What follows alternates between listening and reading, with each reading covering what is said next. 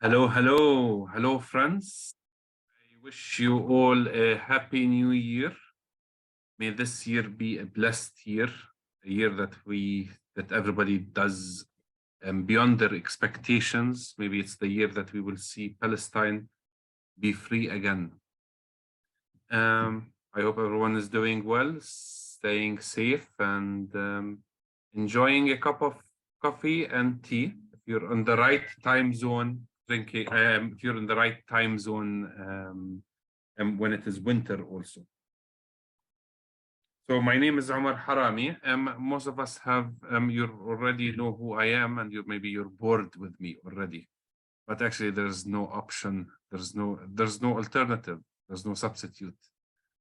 Actually, it's many of Sabil today. We're again leading a group. We have a delegation, an amazing delegation from Pittsburgh Seminary.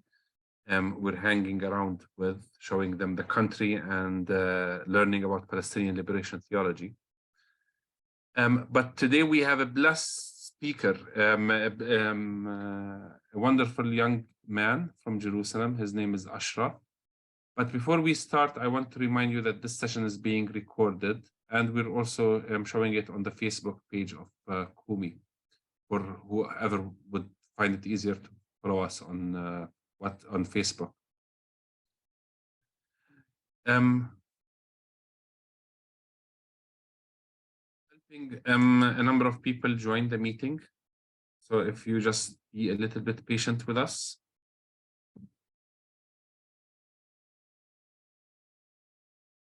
So this week, we're going to be covering or talking about the challenges that come with trying to do business as a Palestinian, but not only as a Palestinian, Jerusalemite. Ashraf, I have to admit, I just recently met Ashraf through a joint program or a project that we've been working together. I have to say that Ashraf has been really inspiring to me. It's like finding a treasure in the middle of Jerusalem. He's a young man, young Palestinian from Jerusalem, who is very much engaged with the work in the tourism sector. But we want to keep the tradition of Kumi. We'd like each speaker to introduce himself. So Ashraf, can you please introduce yourself? Can you unmute yourself? Yes, Ashraf.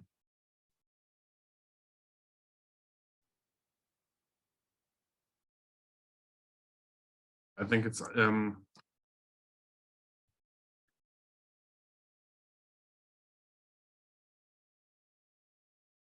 yes, Ashraf.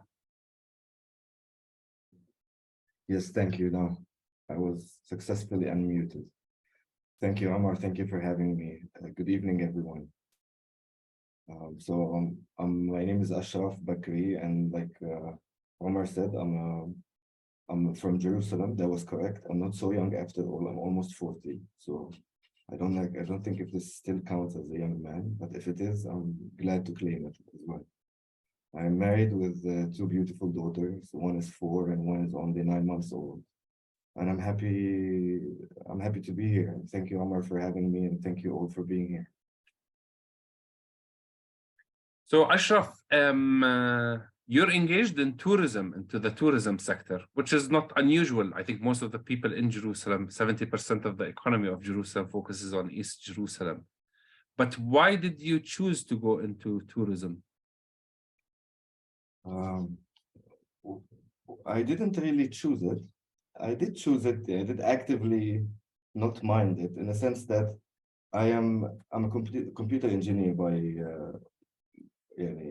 I studied as a computer engineer, and that was my practice for about 10 years. And basically, I had this entrepreneurial spirit in late 20s, early 30s, in which I desperately needed to quit my job and do something on my own, regardless what it is. And if I did have that opportunity, I knew I would try to excel in it. So the opportunity did present itself. It happened to be in the tourism sector. It was an old family property it was my first project in tourism. My dad happens to be a souvenir shop owner, in Jerusalem, but we were kept away from the business, and just it wasn't really an option for us to do that line of work. So at some point, I did pick up a family property, a farm in Jericho City, if you are familiar with Jericho. And that's where I started my work in tourism, turning it into a guest house. And from there, I started a really a huge, a big learning process for me because this was all new. I didn't study it, I didn't prepare for it. I just found myself in the middle of it and really wanted to put all the knowledge, experience that I gathered from my previous work in digital stuff as an IT person, as well as my passion for tourism as a traveler myself, as a backpacker when I used to be one. So yeah, that's how it started. That's how it all started. So it started from a small 5-room guest house in Jericho. And yeah, from there things kind of organically grew. The kind of offer we had in Jericho was a small guest house. This is about 8 years ago, and this was still a new thing in the West Bank to kind of have a local style, small accommodation, community-based at heart. That's what it is. And honestly, But before we go into your Yeah. work in Jericho, sorry to interrupt. I mean, it's logically because I mean the theme of the week of Sabil for this week is doing business, and usually when people want to do business, they want to do business in a stable country, in a country that has, law, order, is in peace. Now it's as a I mean it's I think you're still young. It's because I'm also close to I'm also around 40, so I want to remain young, at least in spirit. So it's Jerusalem is a city under occupation. Palestine is under occupation. It's a conflict zone, and whenever we're on the news, it's not declaring that there's a festival or a great occasion, but it's actually there's a demonstration, dispossession, home demolition, even a war. Why do you think it's a wise decision, or was there like a reason why you wanted to do a business and start a business?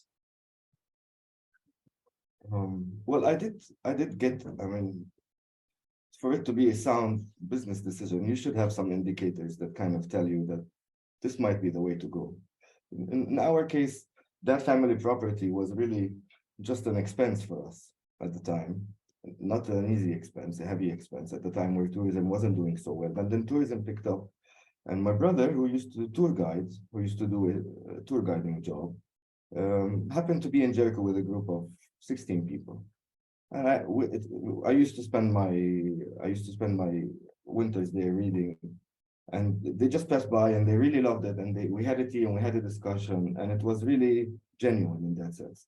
But something clicked, and that was the indicator for us that this has this kind of potential. People do cheer up and do like what they see, and maybe that's something worth exploring. And then, yeah, I mean, you have to try, in our ecosystem,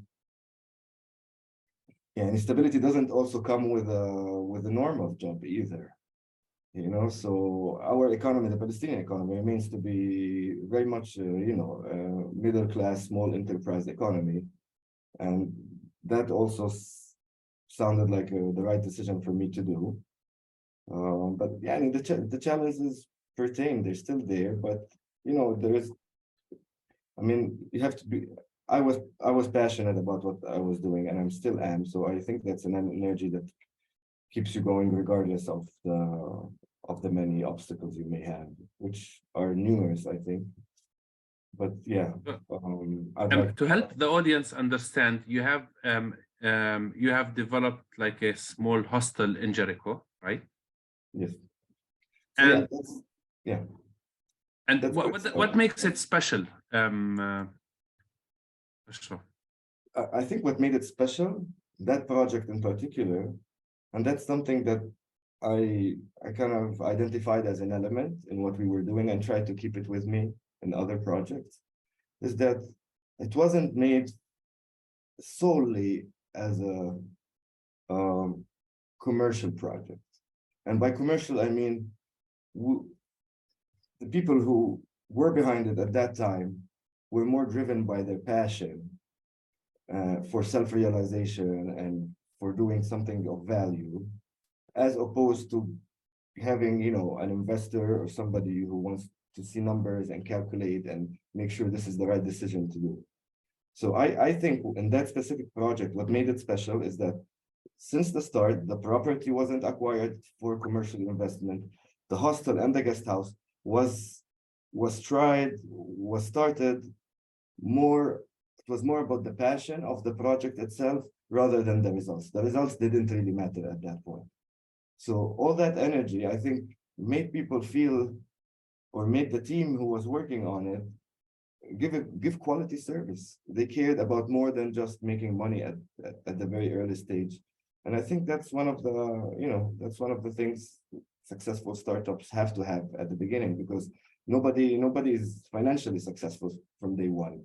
So it has to be about more than just that. And luckily to me, it continues to be about more than just that. So while I'm still making a living out of this line of work.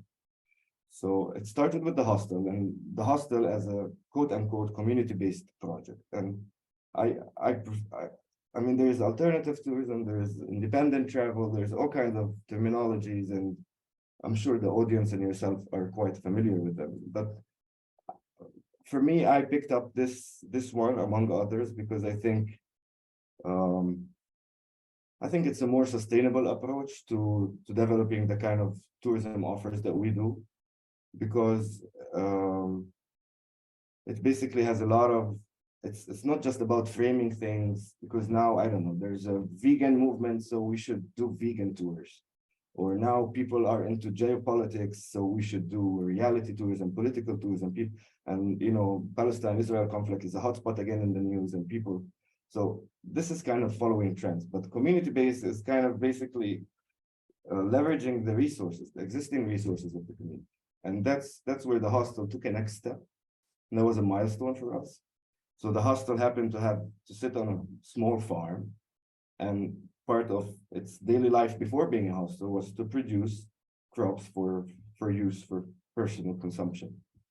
So, and one of the farmers that worked on the farm used to bring his family's horse and farm carriage to bring the crops, the excess crops, and sell them at the Central Vegetables Market. And people were staying in the hostel, and the idea came up, and it was just natural, it's the child in you. You see that horse and the carriage, and you see the guy carrying on it, and you just want to sit in it and experience it. And Jericho has that vibe, has that close to nature environment, and a lot of dirt roads around. So for a horse, it's not so bad. So basically that kicked off a small experiment developing something that we called ham tourism, and because ham tour is the Arabic word for this farm carriage, and basically offering the Jericho tour in a way that is different but Jericho style, right? Jericho is quite a touristic city, but most of the tourism that happens in it are mass tourists that come from outside Jericho buying tours and packages and group travel, mostly coming to do some specific sightseeing and doing specific site shopping and giving very little value to the local community of Jericho. So yeah, that was the kicker. That was the start of it. It was a single tour, right? Jericho city tour on the ham tour. That's how we started it.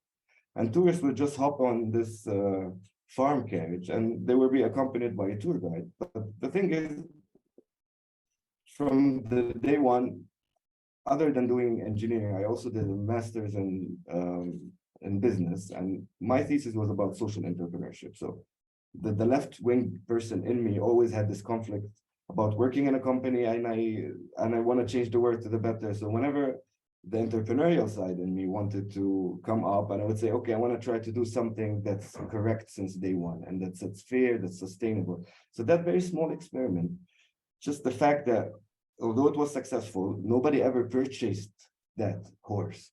We always continued to use the existing horses of the local farmers, which to them is like the pride of the family. The horse's job is just to carry fruits and vegetables to the farm from 6 to 7 a.m. That's it. And that, from the farm to the market. And then at the rest of the day, it only feeds and it's pampered and they wash it. So it's kind of like a local cultural element for the local community in Jericho. And we tried to leverage it to give extra revenue and create something on top of it. And that was kind of the nuclei of the work that followed after, with, you know, getting into community-based tourism all over Palestine and all over historical Palestine as well. And yeah, it started a journey of its own. So so with the guest house that you have, how much capacity does it have? How many people can it host? It still can host only up to 18 people. 18 people. Yeah. So people can reserve on their own. And how would, if somebody's traveling on their own or a small family, and if people are leading like a small group, can they stay and how can they get in touch with you? Well, yeah, a lot of IT work was put into my tourism career, so everything that I do, luckily, is digitally very reachable. So this guest house in particular has a booking engine, can be booked. All the contact information is there. It's listed on TripAdvisor. Can we share the screen, Ashraf? And Of course, you want me? Should I share Yeah. my screen or yours? Yeah. Ryan, can you give him access, or I will give you the access. One second.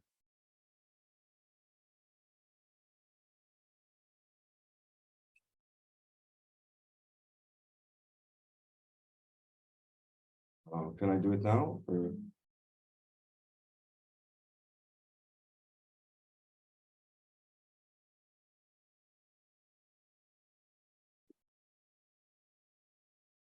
Yes, Ashraf, now you can share. Okay, so I'll share basically the website, if that's Yes. just to get you a feeling of what kind of place we're talking about. So yeah, the naming comes from, it's l'auberge des aubergines in French is like the house of eggplants, and inn is inn, and aubergines are eggplants. So it kind of works for European travelers, and that's mostly our target market in this project.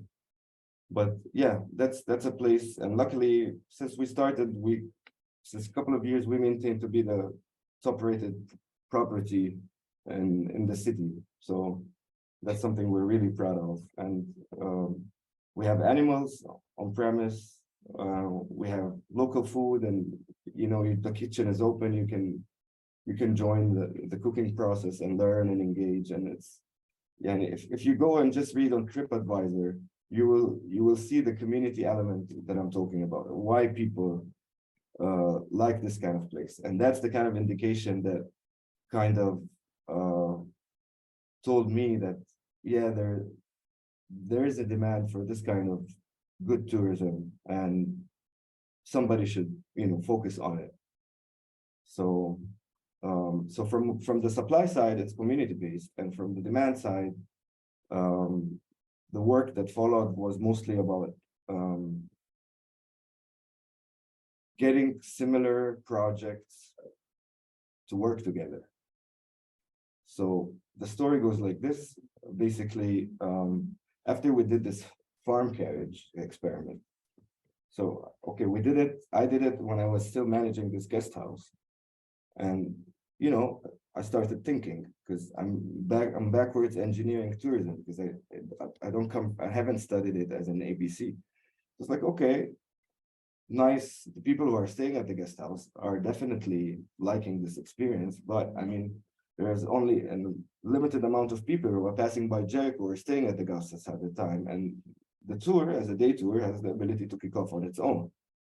So that's when I went seeking around Palestine, like kind of an outlet in which I could market this product, right? I don't know how things work yet. I don't know about the difference between mass travel and independent travel and pilgrimage, and the market dynamics and the status quo and all the stuff that's existing in the ecosystem in which I am. And I'm going knocking doors and asking people, listen, I did this. Could you take it? Could you put it somewhere? I'm happy to pay you a commission, for example, if you get me some guests to do this. I mean, I'm just getting started. I need people. And I didn't find any answer. And that's where another another thing clicked, and it was like, okay, I'm pretty sure I know of like-minded people who are going through the same experience, you know. I mean, we're not part of any big, you know, there's But before we go there, يعني احنا we know as Palestinians, it's very difficult to get the attention of tourism and pilgrimage to come into the West Bank, into the occupied territories, because it's like it's dangerous. And of course, I mean, even if it's not like it's dangerous, the media and the propaganda machine on the Israeli side is so huge, and that's they're trying to make sure that the traffic goes into the Israeli side, so there's no competition. But then you're a small entity, you're starting a small tourism project, so it's you even have to, I mean, not only get the attention of people to come to the West Bank, but also to come into a smaller entity, because it's like there's bigger hotels, bigger chains, bigger businesses, and so on. And you're like a small community in Jericho. That's and you're not even like backed by an NGO or no, completely independent. exactly, So how completely difficult separate. was it to get the attention or to be placed on the tourism map? Okay, so the first two things that really made me think that this might be very interesting place is, first of all, um, being in contact with independent travelers. I mean, having started the place, it's small, right? But to me, it's a window to the world. So people are coming. Today, it's a modern day in which you have booking.com, and you also have someone who's coming to Jericho and not knowing that this is actually the West Bank and people here speak a different language. So one element there was that, first of all, people who were coming were genuinely happy about what they experienced. And second of all, is that digitalization makes a huge difference. So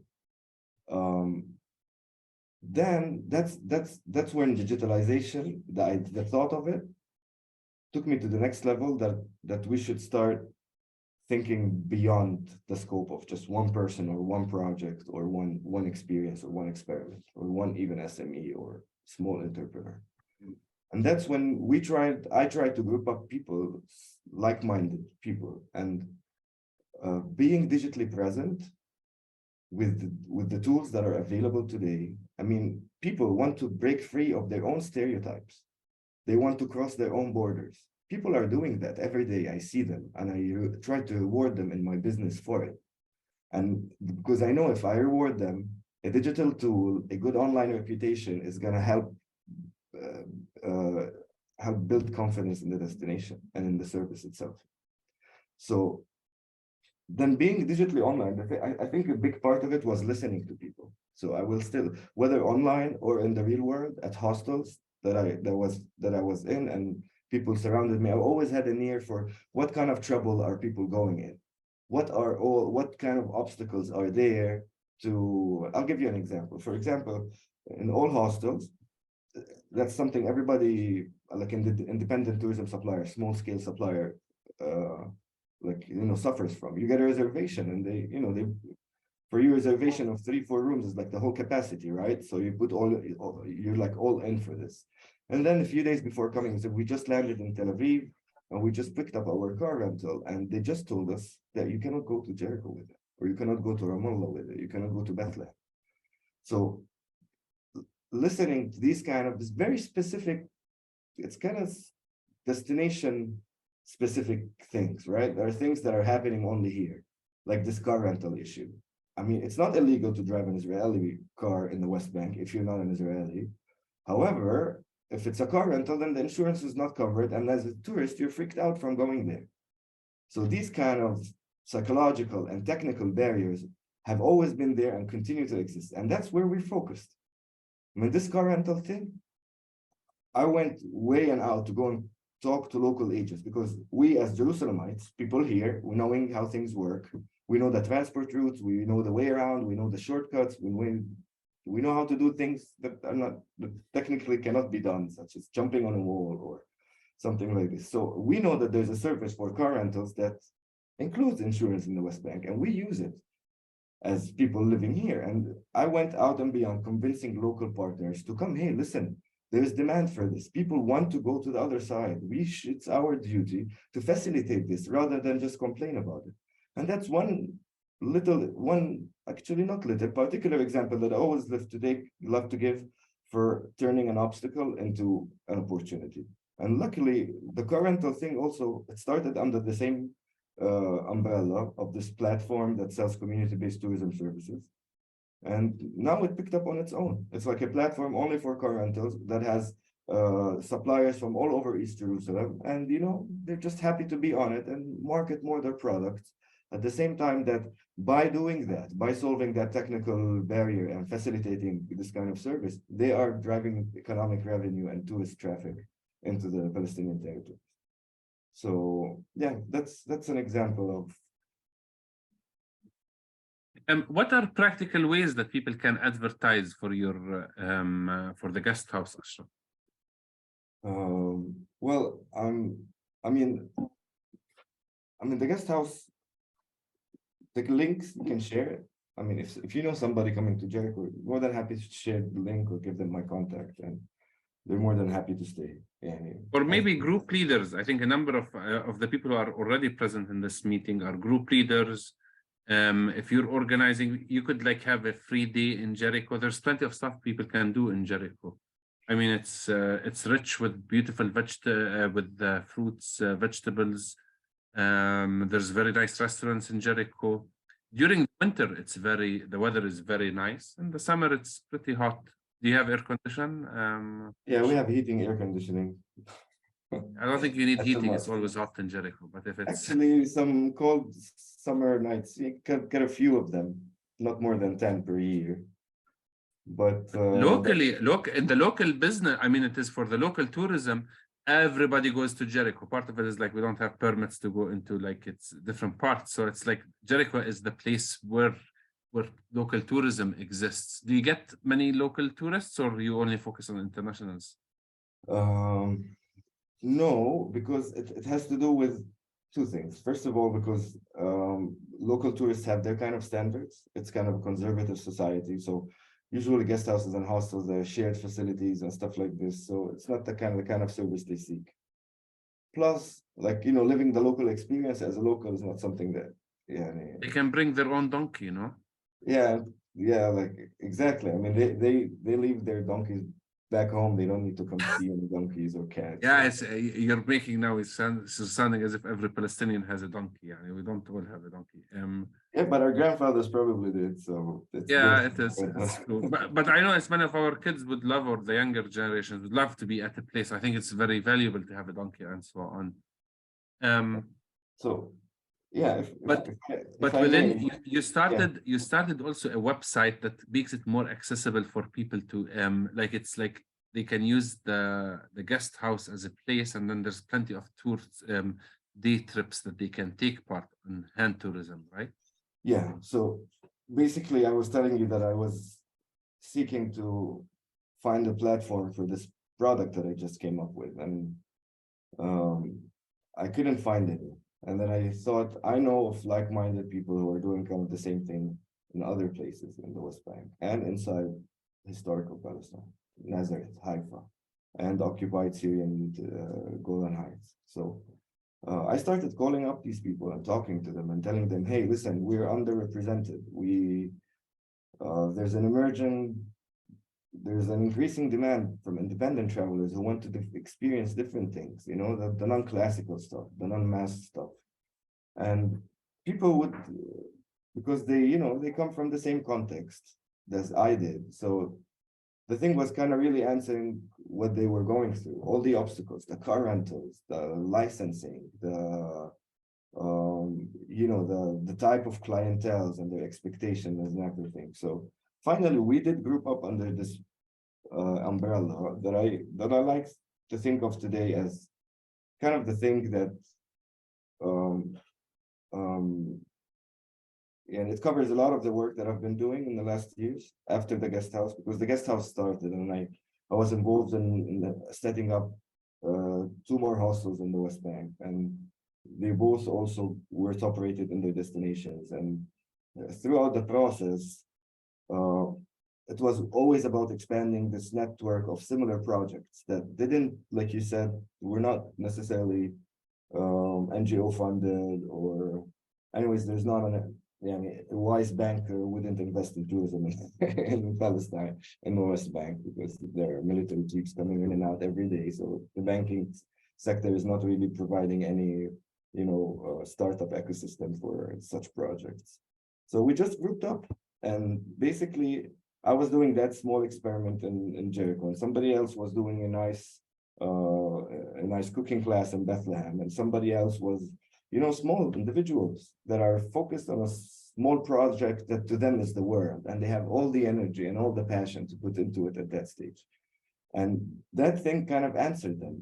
Listen, somebody shows up and tells you, we have similar objectives, we have similar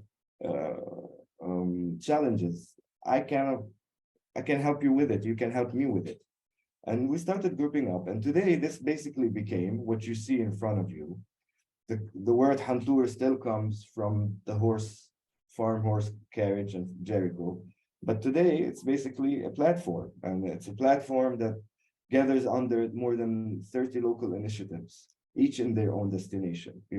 We took that very small experiment that we did with the local community in Jericho and with the farmers. It's sustainable, it's based on revenue sharing, it's fair. I mean, the farmer, the tour guide gets the biggest share of the pie, regardless of the number of people, so there's ownership for the local community. So the Hantur, as a product, it's produced in Jericho, and it's consumed in Jericho. So, in theory, this kind of approach, we just multiplied it. And I went for the first year looking for these kind of strategic partners, people like myself who are trying to make it in this world with this line of work. And basically that started this, it stopped being about just the tour itself in Jericho, but started more about being a platform for similar-minded and similar projects all over historical Palestine. So we have now today cooking classes in Nazareth. We have 4x4 Bedouin excursions in the desert outside Jericho. We have art tours in Bethlehem. So basically the approach that we did fostered so much later that beyond what was probably achievable by me on my own, just by having this open approach and trying to expand together, leverage the power of the network. And this technically was digitally even translated into a system that allows each partner to feel that this brand represents them and to promote it equally. Have a hostel in Nablus that gets the guest, and when somebody books, they just promote the website, because they're knowing they're promoting themselves and they're promoting all the other like-minded people. And that's the essence of independent travel, which is the main target market in this project, which is the essence of it being choice and being transparency, right? I have this choice. You can have a classic biblical tour of Bethlehem, you can have a geopolitical tour of Bethlehem, or you can have a cooking class in Bethlehem. Which way? But with all of the different varieties, Ashraf, I mean, it's like you have, like you said, like there's 30 partners or affiliated working together. What's your criteria of saying, who gets accepted or not? Like, is there like a quality control, or is there like somehow like to abide with certain values? Yeah, I mean, I have to admit it, and this is not ideal, but things are personal where we come from. So, unfortunately, I can't automate, for example, this thing and allow, for example, any tour guide to sign up, because I can't control the narrative, right? There is a lot behind tourism. It's just a framework for much more: community value, economic value, narrative, advocacy, and so on. So in this case, if you are an active member of any Palestinian city, honestly, how, if you pick any So it's like word of mouth. People are like, it's like trustworthy and so on. So yeah, pick any two Palestinian people, they likely will have a common friend on Facebook, or second degree, first or second degree. So that's just And statistically, most likely they've met in prison, in the Israeli prison. yeah, 60% of Palestinians get that's arrested. very true. Or yeah, and at least some have some common tragedy together, unfortunately. But yeah, I mean, So to and I say think the that word we of choose mouth our and partners personal. by, and it's kind of easy. Usually we find each other really easily, you know. You can tell from the marketing tone, you can tell from the line of the kind of offer that, you know, if this is heading somewhere that it's common. But what brings all the people together, if I would say, it's just common values. Like, you know, there are so I many. tell you what's also not bringing people together. It's the restrictions that Israel is imposing on the tourism activity. I mean, I think what's mainly in the news, Israel is saying that people for long stay visas are in the PA cannot apply for this. So if it's expatriates working for Palestinian companies and so on, does this affect your work? Or it's something that is not connected? And again, listening online to what travelers are afraid of is always a good tool. So for example, the recent thing about declaring intimacy. Remember, I think it was a few months back, and people will start finding. I mean, the other side are good at the game. We have to admit that, you know. So, and that's where I think digital presence is important, because the tourist who's talking to me online on the chat widget is telling me, I found this link where it says in a very vague language. I don't know if they're talking about people coming to work or students, and, you know, even the press release or the law itself on the Israeli government's website, where they introduced this issue, was so well written. It's scary to tourists. It scares them off, and that's where we have to, you know, kind of like say something back. I mean, our state's outreach, or the PA's outreach for this kind of stuff, I mean, is not as much. But in our case, we're looking at a very specific part of the funnel, right? I have people who are interested in the destination. They most likely already planned or booked the dates to go, and they might have even booked their tickets and might even be in the country already. And they're just afraid to cross. You know, people, they don't know, like you and me, that Jericho is accessible. It doesn't really have a checkpoint. I get X every time I'm booking him. Are we going to do we need to carry our passports on the checkpoint? There is not a checkpoint at Jericho. But theoretically, in the traveler's mind, it's another state, it's different destinations, all the context. So Jericho is like the most easier accessible, because I mean, it's also part of it is restrictions are. Yes, on Saturday when we were taking the group from the airport to Bethlehem. The Israeli army has closed the main gate to Bethlehem, so we had to go into a different route to go into Bethlehem. Well, but the most accessible, I think. Accessible. But unfortunately, it's a sad reason. It's accessible because the whole Jordan Valley is a declared military zone, and you have F-16s flying over your head over there, and it's a border city. So even the PA have, you know, very strong level of security there. So it's a very safe city. I'll give them that, but it's not because of safety as in safety, or accessibility as in accessibility, rather because, you know, it's meant to be that way in a geopolitical way.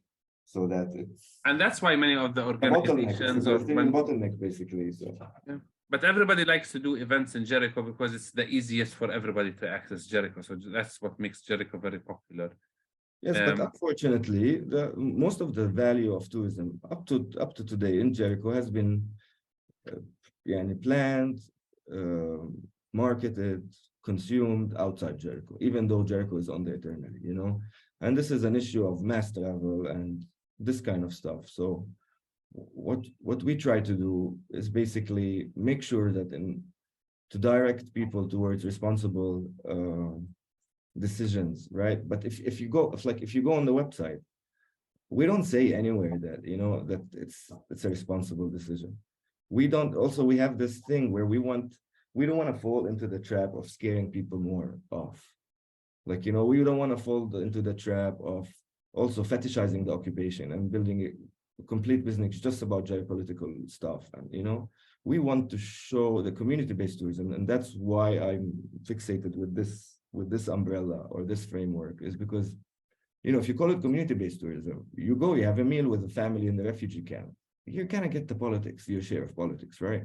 You're gonna understand that they have a son in prison, and this kind of talk comes up on every Palestinian meal.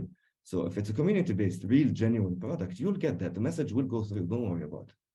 And we don't want to preach to people who are already believe in our cause. You know, most of the people that come and engage tourists are either half converted or almost in the process of converting to understanding more about the Palestinian struggle. But I also see a lot of value that is just unattended to, let's say. Real travel, you know, tourism at the heart is a business, is a leisure business. When a 25-year-old or 30-year-old goes online and takes their yearly savings to buy a ticket to go somewhere for a month or for a couple of weeks, when they're buying the ticket, they're thinking vacation, right? They're not thinking war, they're not thinking sustainability, they're not thinking. So if I'm to call myself a tourism professional and a technocrat in tourism, regardless of my set of values, I need to adjust my existence to what I really want to do. And I'm so passionate about tourism. I want people to come and see somebody watching the sunrise over the Dead Sea.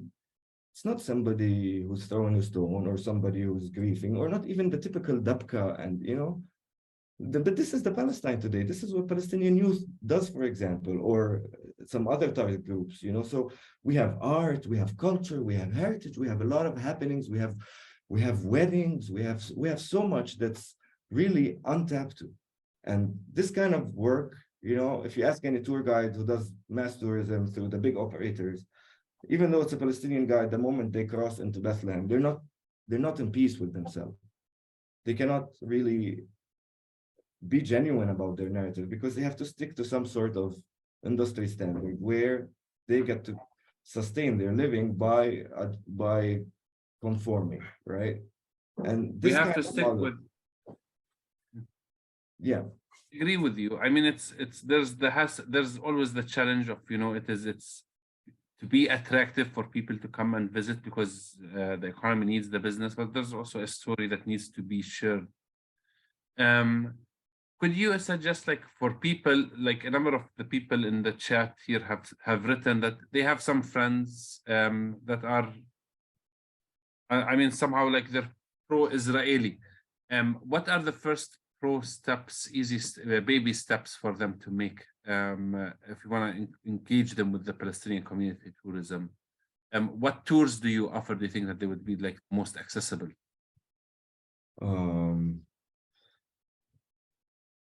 The thing is, I said this choice is at the heart of it.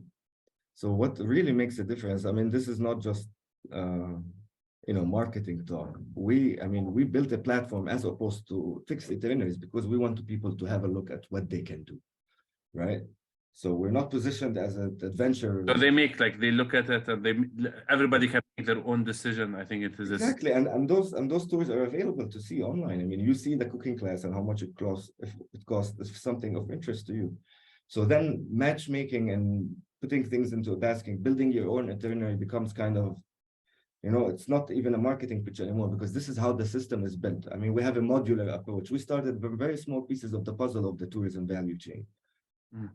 And today, on this platform, you can still reach a bus driver, you can reach a taxi driver, you can reach a car rental. So you help people to make to build their own tour or to build their own program. Exactly. I cannot represent. That's very wise. Somebody who works for them, right? You have your cars. I'm here to market them for you.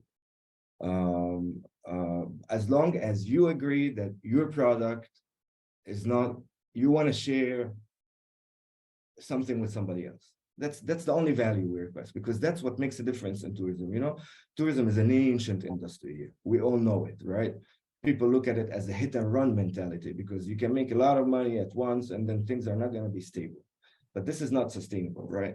So the idea of building something different also, by building it with these small pieces of the puzzle, we really maintain ownership of the products for the community. Meaning that, I'll just give you an example. We were approached by the community of the Bedouin the Bedouins that live on the top of the Mount of Temptation. They have these 4x4 cars that they use for their own, and they see somebody there clicked in his head that this has touristic potential. And that's something that we happily engaged with all the partners, which is basically help them exploit their touristic potential, take cultural elements of cultural value, cultural heritage, adventure, nature, and put them into a touristic product. And we help them make this 4x4 sunrise trail where you go. The only way to get to the peak of the Mount of Temptation is with the Bedouins, because the cable car that goes to the monastery goes only halfway, right? So the way up is not walkable, and it's a beautiful 4x4 track, 30 minutes up. And then you get to see sunrise, and you visit the communities, and you have breakfast with them, and you learn about their culture and so on. This product today, the prices are available on that. Yes, everything is available on the website. So it's not like people have to negotiate the price or so on. So it's no, but yeah, if somebody feels they are eligible for a discount, they should ask for it. Yeah, I don't think it's for group travel or for but I mean, when you place the prices on hand tourism, you think that they're already that they are reasonable. It's not like it's. Yes, and we need to do that way because we have access, because we build things modularly. So I'm offering you to do a tour in Jericho with somebody in Jericho. So it's not part of my cost originally to carry transportation from another city. And as an independent traveler, I don't want to carry that cost. If you can come with public transport, I still want to give you that value in Jericho from Jericho. So that's the modularity that I've had. So basically, if you even design with this kind of tool, you can still design multi-day itineraries for small groups and small families, but you have full control over what you choose. And you're doing it Bethlehem tour with a tour guide in Bethlehem, and then they're going to another city and exploring the city with someone else. And that's where we think our products is sustainable, because we have this distribution of wealth and all these kind of sustainability textbook stuff in the back of our mind while we develop the platform. So I really encourage people to just browse for a start, and it's just something. And Ryan has placed already the website in the chat. Thank you, Ryan, for doing this. So it's good to keep reminding people for people who have joined recently. But asked, how could international investment a thing in the tourism industry in Palestine? Are Palestinians in the diaspora able to invest into they want to invest in startups and so on? Is this taking place, or that's still something on the just on a theory level? Well, with this project, I myself had a particular, it was one of the thoughts or one of the opportunities that presented itself at some point, which is to seek this line of startup support, seed funding, or investors to do this. Unfortunately, my primitive understanding is that this is a high-risk market, so somebody is unlikely to invest in it. If the local bank who exists in the ecosystem wouldn't, and it's unlikely that somebody from outside. However, there are people who are asking in the chat about these opportunities. Would this be something? I mean, it is how can they discover startup businesses? It's people within, because that could be something, an opportunity. And maybe we can. I don't honestly. That's an interesting question. We haven't really thought about it. Maybe we can. I don't know if there's a list, or I mean, it's of. There are some startup scenes, there are these incubators around the West Bank, a few of them. But honestly, those are not market-driven incubators, in the sense that usually for you to have this kind of ecosystem, you should have enough business potential that actual people put their actual money in investing in things. Here, unfortunately, the startup scene is a donor-funded scene. So it's kind of like an indirect way of supporting the local economy, but it doesn't really have the real dynamics of business investment, if you know what I mean. So I personally didn't find any value there, let's say. We have friends of We have friends of ours from Canada. We know that they're bringing a group in October. They're thinking about like, what if 10 or 12 people want to come early? Can they stay at your place? They're more than welcome to stay. I mean, in Jericho, I mean, it's like, and so on. So if they need to make arrangements, they don't need to act as a group. So everybody can go into hand tourism and like every 3 or 4 make their own. I think because in hand tourism, you have like a minimum requirement. Like if it's a tour, if you're doing a tour, it could be like 3 or 4. So if it's they meet, they can, or maybe there's already others who are doing it, and you use this platform and everybody does their tour, right?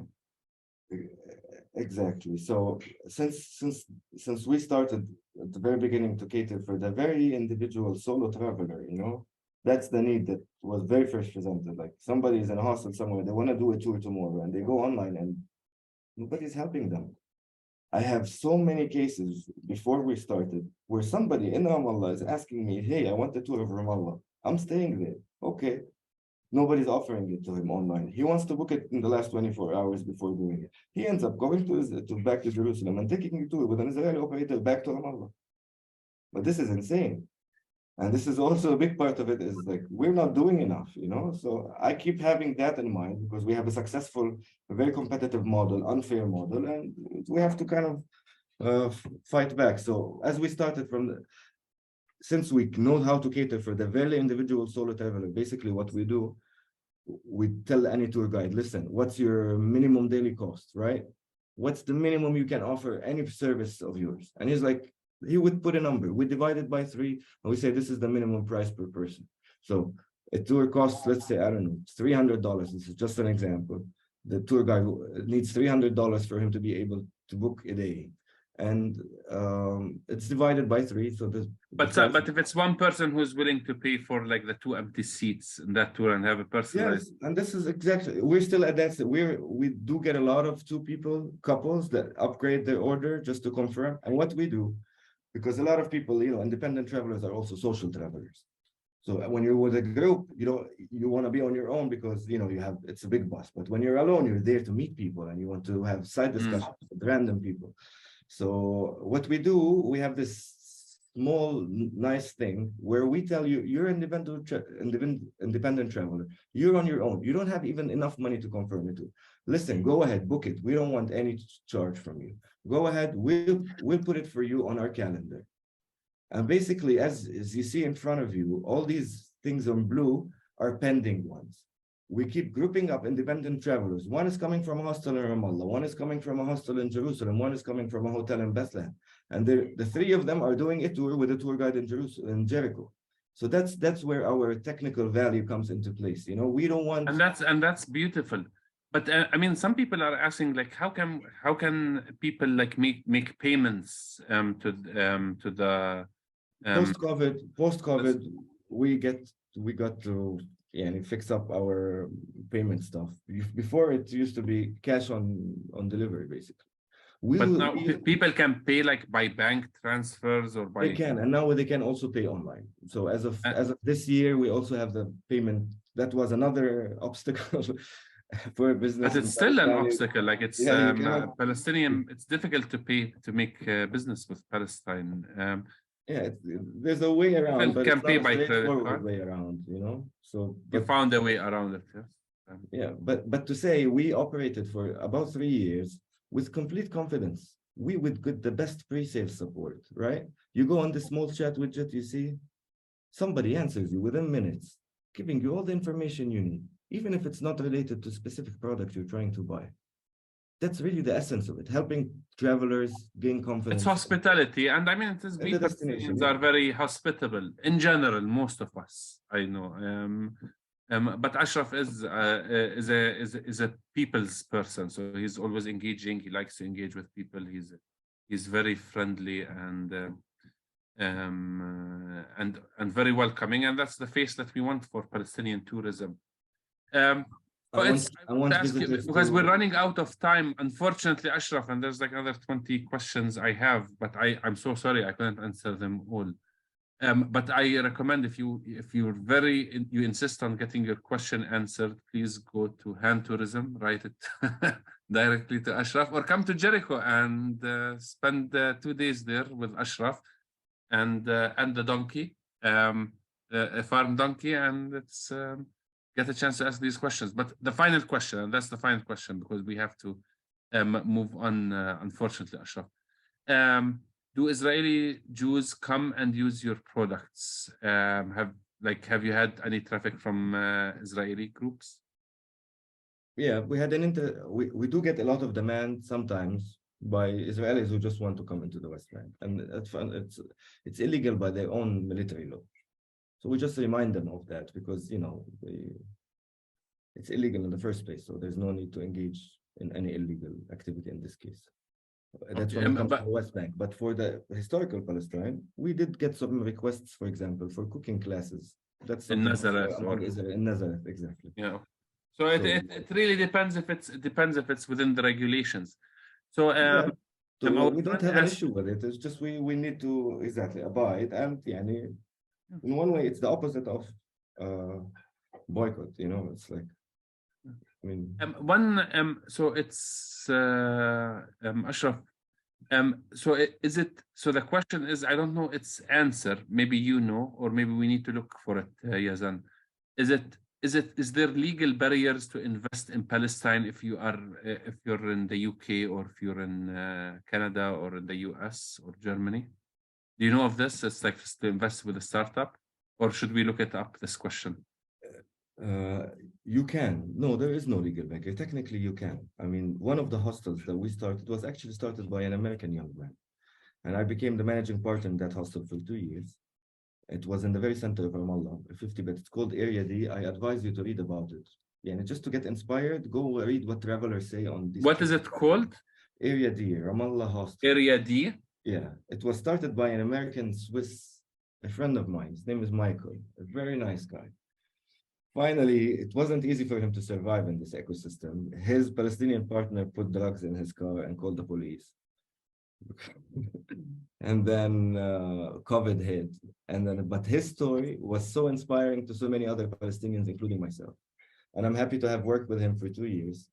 So yeah, this is one of the, and for example, this is one of the early places.